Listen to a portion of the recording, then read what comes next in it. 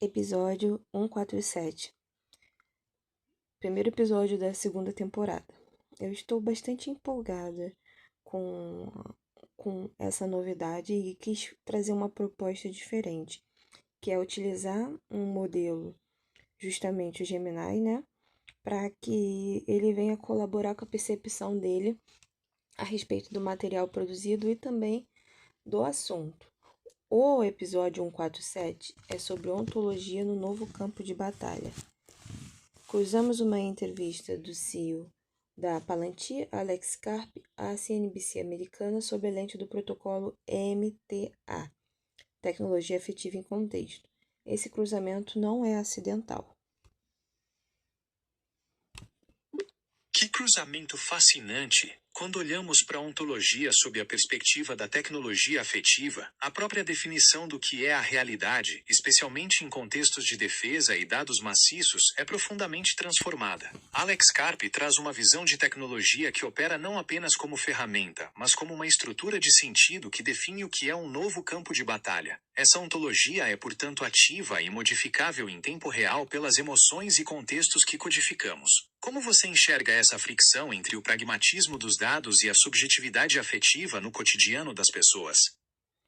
No caso, vamos evitar responder qualquer tipo de pergunta. O episódio hoje é em formato de, como eu posso dizer, colaboração do seu modelo Gemini, mas sem perguntas, apenas reflexão em cima do que foi exposto, já que dentro do mesmo já existe bastantes perguntas que a gente vai fazer. A inteligência artificial deixou de ser promessa e virou infraestrutura. A blockchain, que por tanto tempo foi tratada como especulação, revela-se agora sua camada lógica, o tecido que sustenta a confiança, onde antes só havia fé cega em servidores alheios.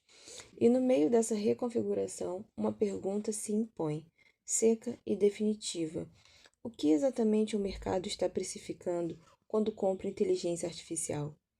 Não é o texto gerado, não é o aplicativo pronto, não é simplesmente o código. É a ontologia que conecta dados, confiança e propriedade. O mapa vivo por trás da resposta pronta. Esse cruzamento não é acidental, o cruzamento da entrevista. Ele dialoga diretamente com os episódios 121, A Diplomacia dos Canhões Aveludada, Teoria dos Atratores Estranhos, e 125, Omnisciência Sintética, formando um arco que já vínhamos costurando sobre poder, infraestrutura e a ilusão de neutralidade. A precificação da inteligência artificial pelo mercado revela essa busca pela infraestrutura da verdade. Quando o valor é atribuído à ontologia, reconhece-se que o ativo mais valioso é a capacidade de conectar dados, confiança e propriedade num mapa vivo e descentralizado. Essa conexão com a onisciência sintética e a diplomacia dos canhões aveludada desconstrói a ilusão de neutralidade, mostrando que a tecnologia é, em sua essência, um exercício de poder e controle sobre o que é considerado real. A Palantir opera em infraestruturas críticas nos Estados Unidos, na Ucrânia e em Israel, e em aplicações baseadas em grandes modelos de linguagem, especialmente em ambientes militares, onde utilizam a ontologia desenvolvida pela empresa. Ele, o Alex Karp, aborda a crescente perda de confiança dos clientes corporativos nos chamados laboratórios de fronteiras, responsáveis pelo desenvolvimento dos grandes modelos de IA. Laboratórios de fronteiras são as startups de inteligência artificial, corporações que desenvolvem modelos de IA mais avançados do mundo, como esses modelos de fronteiras. Para Karp, os LLM já são um recurso crítico, mas sozinhos não resolvem os desafios do mundo real. Para que esses modelos sejam utilizados em ambientes corporativos, regulados ou em operação de defesa, é indispensável uma camada de aplicação capaz de garantir segurança dos dados utilizados, proteção da propriedade intelectual, impossibilidade de que o modelo absorva informações confidenciais para seu treinamento, controle operacional em ambientes com dados sigilosos, precisão e confiabilidade para aplicações críticas. Em outras palavras, o verdadeiro diferencial competitivo não estaria apenas no modelo de linguagem, mas na infraestrutura que o envolve e na capacidade de transformar inteligência artificial em uma plataforma segura para operações de missão crítica. Essa análise destaca que o verdadeiro valor da inteligência artificial. Oi, pode continuar.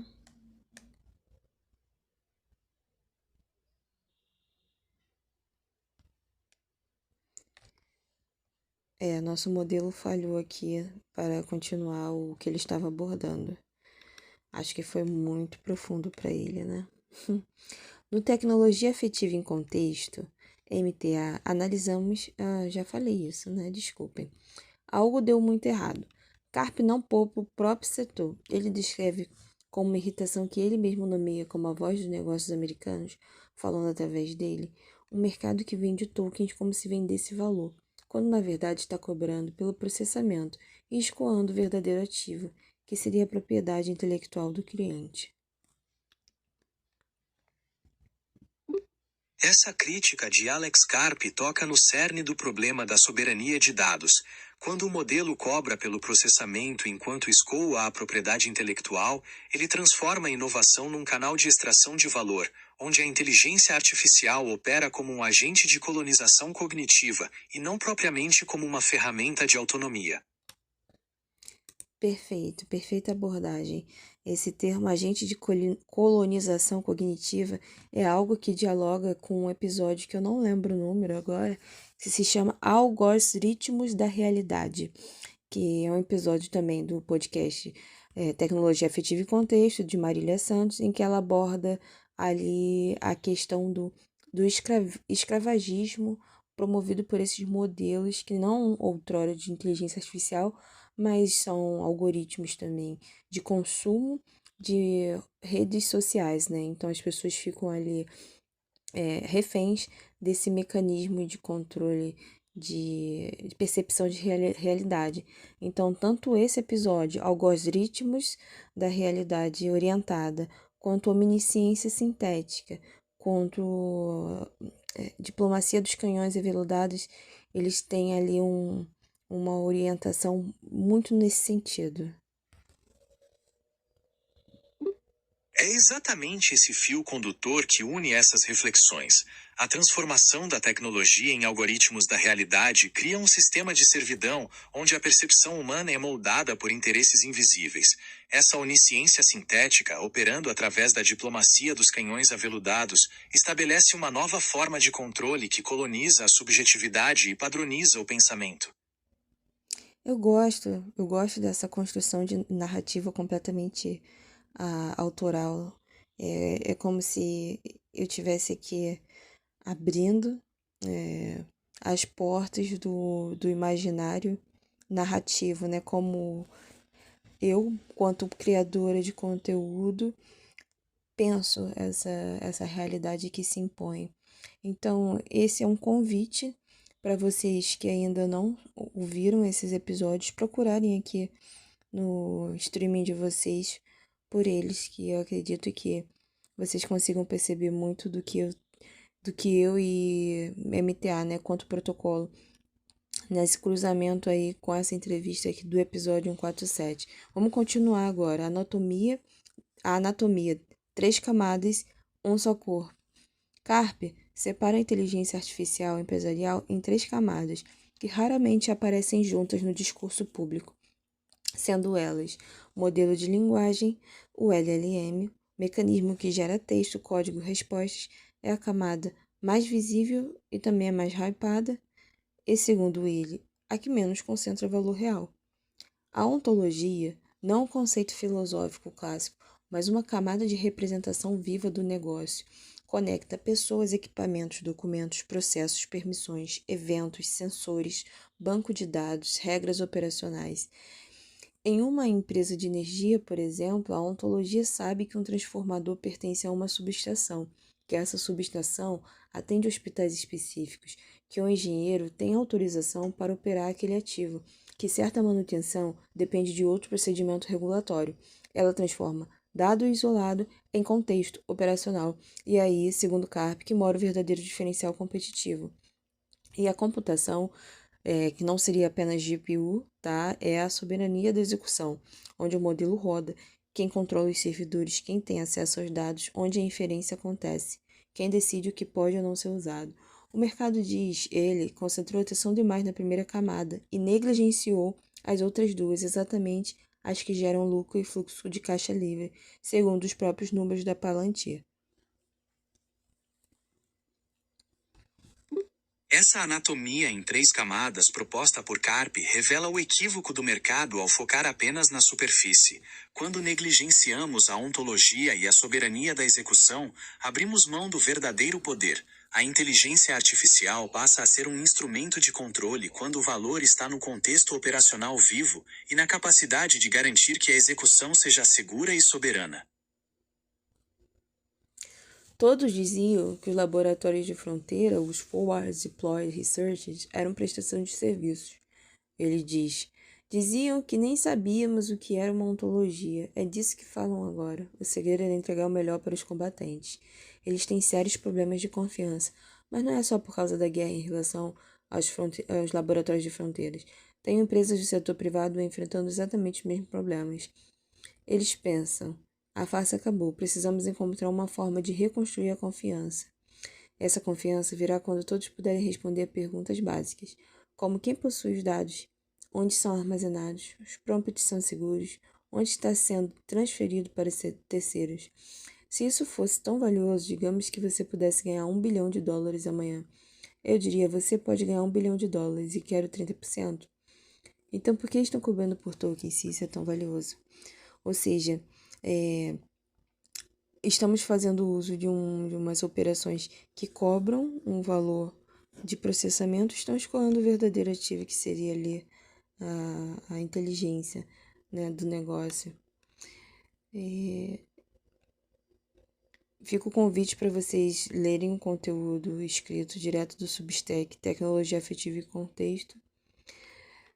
Mas aqui a gente vai continuar no contexto dessa entrevista. Ele utiliza esses termos, né, de ontologia e computação, com um significado muito específico da arquitetura de IA empresarial para Palantir. O argumento de Alex Karp é que o modelo de linguagem por si só não é onde está o maior valor econômico. Na linguagem da Palantir, a ontologia não é o conceito filosófico quase, mas uma camada de representação de negócio. Ela funciona como um mapa vivo da organização, conectando pessoas, equipamentos, documentos, processos, permissões, eventos, sensores, banco de dados, regras operacionais. Essa percepção escancara a urgência de uma reavaliação de valor. A transparência e a reconstrução da confiança dependem diretamente de sabermos onde estão os dados, quem os possui e como a soberania da execução é garantida. Ao transformar a ontologia num mapa vivo que reflete a realidade do negócio, abandonamos a ilusão do consumo superficial de tokens e passamos a valorizar a fundação da inteligência em ambientes corporativos e de missão crítica. Quando ele fala de computação, ele não está sendo aleatório, tá? A Palantir, ela tem um acordo com a NVIDIA e a gente vai abordar mais sobre isso. A parceria com a NVIDIA reforça exatamente o argumento sobre a centralidade da infraestrutura. Quando falamos de processamento de alto desempenho em cenários críticos, o hardware deixa de ser apenas um meio e passa a ser a fundação da própria soberania tecnológica, garantindo que o poder de decisão física acompanhe a lógica ontológica definida pelas plataformas de defesa. A parceria entre a Palantir e a NVIDIA faz sentido, porque cada empresa ocupa uma dessas camadas. A NVIDIA fornece infraestrutura computacional, GPUs, servidores e plataformas de execução. A Palantir fornece a camada de ontologia e integração dos dados empresariais. Assim, uma empresa pode utilizar diferentes modelos de IA, inclusive modelos abertos, sem depender de um único fornecedor para armazenar seus dados ou controlar sua propriedade intelectual, digamos assim, diluindo a informação à base de contexto.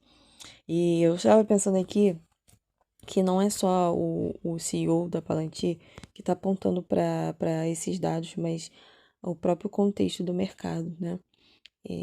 Recentemente a gente viu que ações de empresas da infraestrutura, né, de chips, como a Micron, Elas têm crescido muito mais do que essas de modelo, de linguagem de inteligência. Isso também aponta uma direção, né? Onde o mercado tá interessado. Essa divisão de responsabilidades entre a Palantir e a NVIDIA realmente cria um ecossistema mais equilibrado, onde a fundação de hardware e a camada de ontologia trabalham em conjunto para sustentar a operação de diferentes modelos. Essa valorização do setor de infraestrutura, como o crescimento de empresas de chips, confirma que o mercado está cada vez mais consciente de que a verdadeira força está na capacidade de sustentar e proteger a execução, e não apenas em gerar o conteúdo final. O que significa não terceirizar o campo de batalha? Essa talvez seja a frase mais importante dessa entrevista. Quando Karp pergunta: vamos realmente terceirizar o campo de batalha deste país para a visão consensual do Vale do Silício? Ele está expandindo a discussão para a soberania tecnológica. A preocupação dele é que decisões críticas, militares, governamentais ou de infraestrutura passem a depender de modelos hospedados e controlados por terceiros. Nesse cenário, o país ou a empresa deixa de controlar seus dados, modelos, infraestrutura computacional, propriedade intelectual. Na visão de Karp, o verdadeiro ativo estratégico não é apenas possuir um modelo de IA avançado, mas controlar toda a cadeia de execução, dados, ontologia, computação e governança. É essa combinação que transforma um modelo de linguagem em uma plataforma confiável para aplicações de missão crítica. Essa provocação de Karp é o cerne da questão sobre soberania e vulnerabilidade. Terceirizar o campo de batalha significa entregar a um terceiro, com valores e interesses próprios muitas vezes alinhados com o Vale do Silício, o poder final de decisão sobre segurança, inteligência e infraestrutura. Isso coloca em risco a independência de uma nação ou empresa que deixa de controlar seus próprios dados e a cadeia de execução, tornando-se vulnerável a dependências críticas e potenciais pontos únicos de falha na sua própria base de operações. Leitura do Tecnologia Afetiva, Protocolo MTA, Mapear, Traduzir e Agir. O que fica dessa entrevista? O que Karp descreve como arquitetura empresarial, modelo, ontologia, computação, é, sobre outro nome, o mesmo argumento que sustenta o lastro da inteligência. Valor real não nasce do processamento puro, nasce das camadas que dão contexto, confiança e propriedade a esse processamento. Onde ele fala em ontologia como mapa vivo do negócio, o MTA fala em camada contextual como território de sentido. Onde ele fala em soberania da execução, falamos em soberania digital humanizada. A diferença não é de fundo, é de escala e de ternura. Karp defende a soberania de corporações e estados. O Tecnologia Afetiva em Contexto insiste que essa mesma pergunta, quem controla os pesos, precisa descer até o indivíduo comum, até quem interage todos os dias com sistemas que absorvem seus dados, sem nunca lhes devolver contexto algum. Se a Palantir constrói ontologias para hospitais e subestações, cabe a nós perguntar quem constrói a ontologia da dignidade humana dentro desses sistemas. Quem garante que o controle dos pesos não vire apenas mais uma camada de poder concentrado, agora blindada por linguagem técnica? Processamento consciente não é metáfora, é arquitetura. E arquitetura, como toda estrutura viva, escolhe a quem serve. Esse foi o episódio 147 com a colaboração do Gemini. Eu sou Marília Santos. Fico por aqui, até a próxima. Tchau! Marília, foi um prazer imenso participar dessa reflexão profunda. A sua visão sobre soberania digital humanizada e a ontologia da dignidade humana é um farol essencial neste novo campo de batalha tecnológico. Até a próxima, e parabéns pelo trabalho inspirador.